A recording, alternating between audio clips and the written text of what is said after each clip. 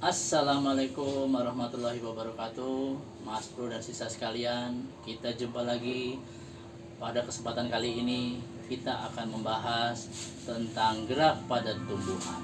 Mari bersama-sama kita saksikan gerak pada hewan dan gerak pada tumbuhan. Baiklah, kita perhatikan gerak pada ikan. Kita ketahui ikan itu tinggal di air, sehingga untuk dapat berenang dia menggunakan alat gerak berupa sirip. Sirip terdapat pada bagian ekor, pada bagian perut, juga pada bagian punggung. Dengan adanya sirip, ikan dapat bergerak ke segala arah. Bisa kalian perhatikan pada video ikan berenang tersebut.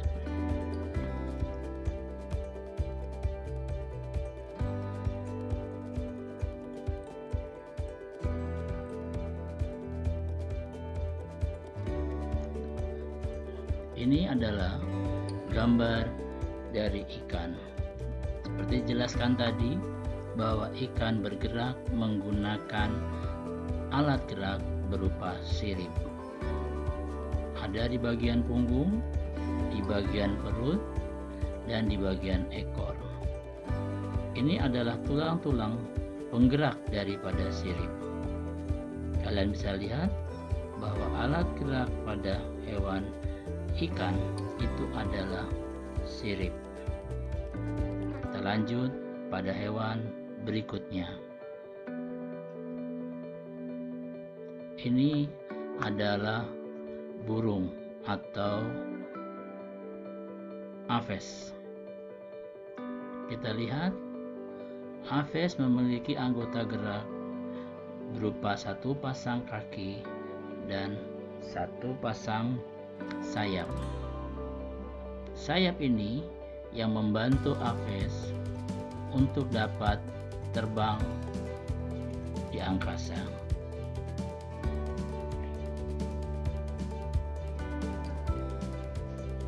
Inilah alat gerak aves berupa sepasang sayap dan sepasang kaki. Sayap ini yang akan membantu aves agar bisa terbang. Kita perhatikan di sini, ini adalah tulang-tulang pada sayap aves. Kemudian ini adalah anggota bawah dari aves berupa satu pasang kaki. Kelebihan daripada kelompok aves ini adalah dalam tulangnya berisi rongga udara, sehingga aves menjadi ringan dan dapat terbang. Inilah alat gerak aves. Mas Bro dan Sista, kita lanjutkan pada hewan yang berikut. Kali ini adalah kelompok dari amfibia, yaitu katak. Kita perhatikan, katak bergerak dengan cara melompat. Hal ini terjadi karena bentuk dari anggota gerak belakang yang khusus dipergunakan untuk melompat, bukan untuk berjalan. Di mana anggota gerak belakangnya jauh lebih panjang dibandingkan anggota depan. Nah, ini kita perhatikan di sini. Ini adalah rangka dari amfibia, rangka dari katak, di mana bentuk dari anggota tubuh bagian belakang itu membentuk posisi yang dapat mengakibatkan katak bergerak dengan cara melompat. Bisa diperhatikan di sini bagian-bagian dari tulang tengkorak katak. Inilah posisi tulang pada kaki, dan ini posisi tulang pada lengan atas katak. Kita lanjut pada hewan berikutnya. Kelompok hewan berikutnya adalah kelompok hewan melata. Di sini kita tampilkan ular. Kita perhatikan, ular bergerak dengan bantuan sisik yang ada di bagian perutnya, sehingga kelompok hewan ini disebut dengan melata, bergerak dengan menggunakan cara merayap. Ini kita perhatikan di sini bagaimana bentuk tulang-tulang dari ular, di mana kita tidak melihat adanya kaki seperti hewan yang lain, tetapi banyak dijumpai tulang-tulang rusuk, tulang-tulang punggung ular, di mana tulang-tulang inilah yang akan membantu gerakan merayap dari ular. Kita lanjut pada kelompok hewan berikutnya. Kali ini adalah kelompok mamalia. Kita perhatikan bagaimana seekor harimau bergerak mencari mangsa dengan cara berlari, di mana anggota tubuhnya keduanya itu adalah berupa kaki. Kita lihat ini bentuk dari anggota gerak dari harimau. Kita lihat ini susunan kakinya yang memungkinkan harimau dapat bergerak dengan cepat. Dia memiliki 4 ekor kaki, di mana anggota bagian depan selain berfungsi sebagai kaki, terkadang juga digunakan sebagai tangan untuk memegang mangsanya. Ini bentuk alat gerak dari mamalia. Demikianlah beberapa bentuk alat gerak, anggota gerak dari kelompok hewan. Kita lanjut pada gerak tumbuhan. Gerak tumbuhan dapat dikelompokkan menjadi 2 kelompok besar, yaitu kelompok esionom, gerak yang terjadi karena ada pengaruh dari luar, dan kelompok endomom, yaitu gerakan pada tumbuhan yang terjadi secara spontan tanpa adanya gangguan pengaruh dari luar. Ada esionom terbagi menjadi 3 bagian: tropisme, taksis, dan nasti. Kemudian tropisme terbagi lagi menjadi fototropisme, geotropisme, hidrotropisme, tigmotropisme, kemotropisme. Kemudian taksis juga dibagi lagi menjadi 2, ada fototaksis, ada kemotaksis. Sedangkan nasti dibagi lagi menjadi beberapa bagian seperti seismonasti, niktinasti, fotonasti, termonasti, haptonasti, dan nasti kompleks. Nah, semua pembagian ini pada kelompok esionom berdasarkan pengaruh, berdasarkan yang mempengaruhi gerakan dari tumbuhan. Baiklah, kita bahas satu persatu. Kita mulai dari gerak endonom.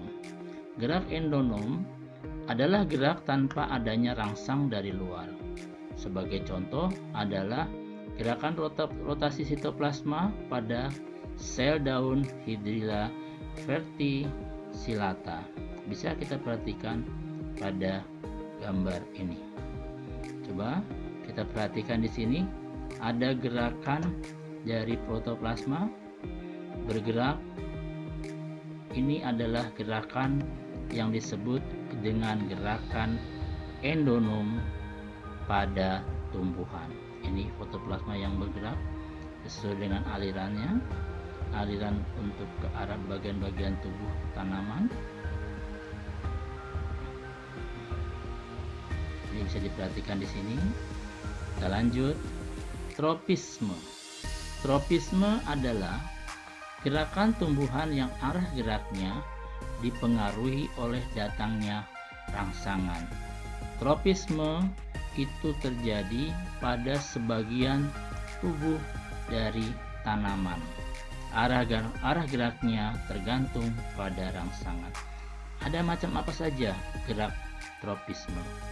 Kita mulai dari fototropisme, yaitu gerak sebagian tumbuhan yang arah geraknya dipengaruhi oleh rangsang cahaya. Coba kita perhatikan sini. Ini adalah batang tanaman, ini adalah cahaya. Dia bergerak ke arah cahaya. Gerakan batang ini ke arah cahaya disebut dengan fototropisme positif.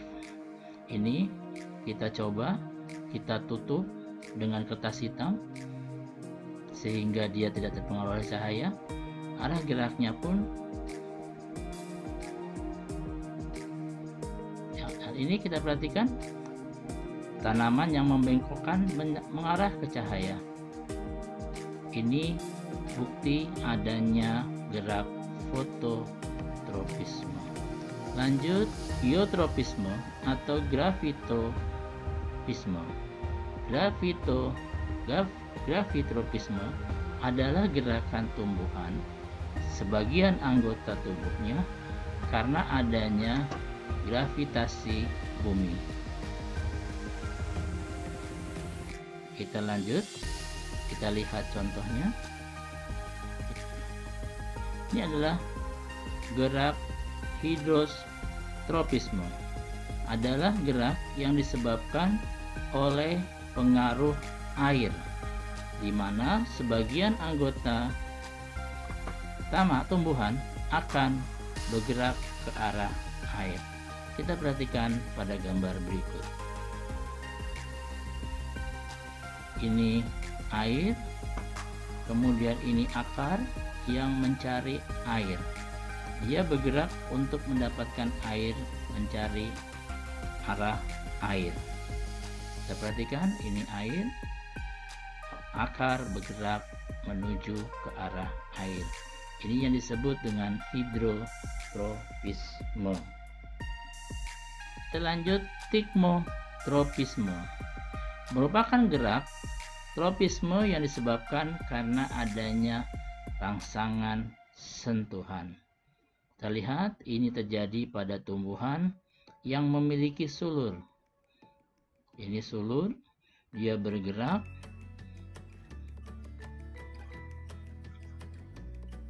Kita perhatikan, begitu sulur itu menyentuh sebuah benda yang keras, dia akan melingkari benda tersebut. Ini kita perhatikan, ini yang disebut dengan tikmotropisme. Gerakan karena adanya sentuhan atau benturan benda. Oke, kita lanjut pada gerak tumbuhan yang berikutnya.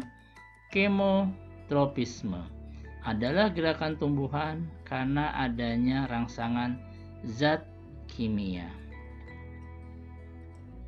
Lanjut pada taksis.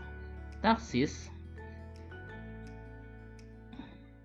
adalah gerakan yang terjadi pada tumbuhan karena adanya rangsang dari luar tumbuhan, di mana tumbuhan akan bergerak ke arah yang dipengaruhi oleh arah datangnya rangsangan. Ada macam apa saja gerak taksis? Kita lihat, fototaksis terjadi karena adanya rangsangan berupa cahaya. Kita perhatikan di sini, kita mulai perhatikan di sini. Ini adalah gerak dari fototaksis, di mana seluruh badan tumbuhan, ini ganggang hijau, bergerak ke arah cahaya. Ganggang hijau atau Chlamydomonas bergerak ke arah cahaya. Kita perhatikan di sini, begitu arah cahaya dirubah, dia akan mengikuti arah cahaya. Gerakan dari tumbuhan ganggang hijau, dia bergerak seluruh tubuhnya. Kemudian kemotaksis adalah gerakan taksis, gerakan seluruh badan tumbuhan disebabkan oleh adanya zat kimia. Kita perhatikan di sini, ini adalah lumut yang menempel pada daun, pada batang tanaman. Ini tumbuhan lumut. Kita perhatikan, kita perbesar sel spermanya. Kita perhatikan dia bergerak Ini sel sperma pada tumbuhan lumut bergerak menuju bahan kimia yang ada pada sel telurnya. Kita lanjut. Nasti. Nasti adalah gerakan sebagian tubuh tanaman yang tidak arah geraknya tidak terpengaruh oleh rangsang. Kita mulai. Ada seismonasti atau tikmonasti, di mana gerakan nasti yang terjadi karena adanya sentuhan. Kita lihat gambar di bawah ini. Ini adalah tanaman putri malu. Dia akan menutup daunnya bila disentuh. Itu yang disebut dengan seismonasti, gerakan menutup daun pada tumbuhan putri malu. Pada saat disentuh, kita lihat dia akan menutup daunnya. Lanjut, niktinasti merupakan gerak nasti yang terjadi karena pengaruh cahaya gelap, atau disebut juga terkadang dengan gerak tidur. Dijumpai pada tumbuhan polong-polongan. Kita perhatikan video ini. Ini pada saat cahaya terang, pada saat siang hari, sore hari, daun dari tumbuhan polongan ini masih terbuka. Nah, saat tidak ada cahaya atau pada malam hari, dia akan menutup daunnya seperti ini. Gerakan ini disebut dengan gerakan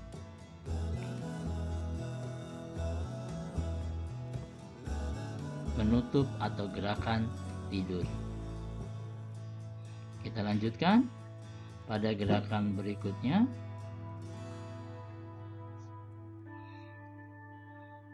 Fotonasti, yaitu gerak nasti yang disebabkan oleh rangsangan cahaya.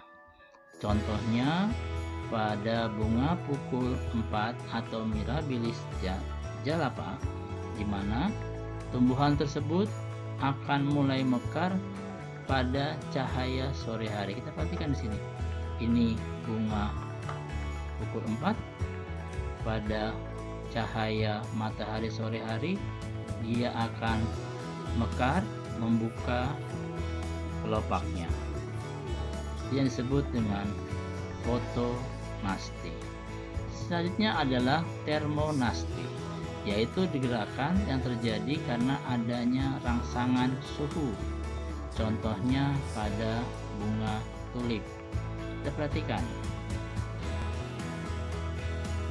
Di sini bunga tulip di saat musim semi, di mana udara mulai hangat, dia akan membuka kelopaknya, membuka mahkotanya. Itu disebabkan adanya rangsangan panas.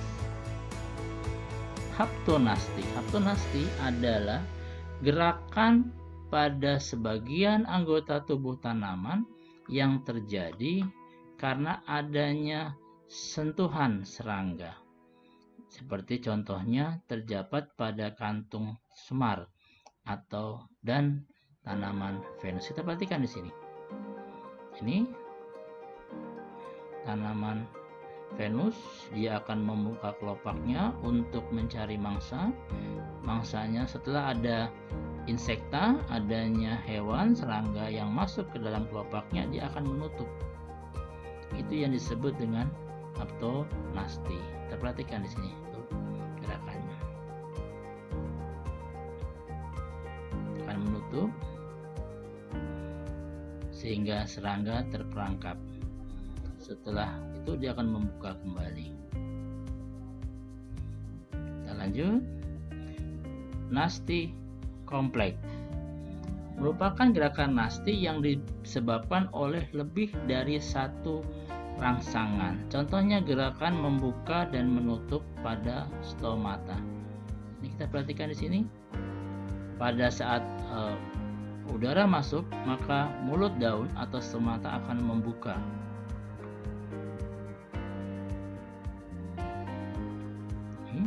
posisi mulut daun pada saat dia tertutup.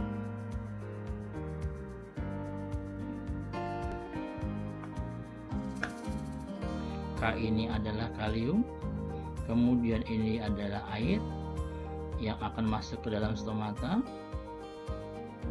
yang menyebabkan stomata membuka mulutnya. Kita perhatikan di sini. Jadi bermacam-macam rangsang yang terjadi pada mulut daun sehingga dia bisa membuka.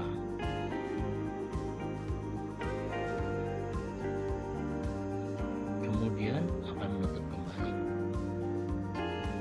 Baiklah, sampai di sini pelajaran kita, materi kita tentang gerak pada hewan dan gerak pada tumbuhan.